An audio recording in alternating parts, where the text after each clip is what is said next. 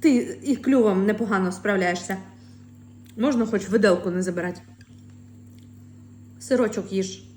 Родзинки мої. Тобі не треба родзинки їсти. Це моє. А ти сирочок. А ти сирочок. А я тобі кажу сирочок. Родзинки. Я тобі чистий виноград даю. Наш тобі засохший. Це просто засохший виноград. Дякую, а що ти витер об мою руку? Так смачніше, да?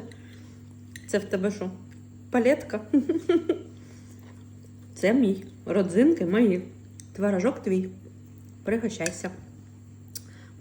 Смачні з аерогриля. Ніякої масла, да? Ніякого смаження. Ніжнятина. Але трошки гаряченьке. Гаряченьке. Гаряченьке, да. Думай, коли рот напихаєш. По чуть-чуть. Гарячо. Гаряче, да?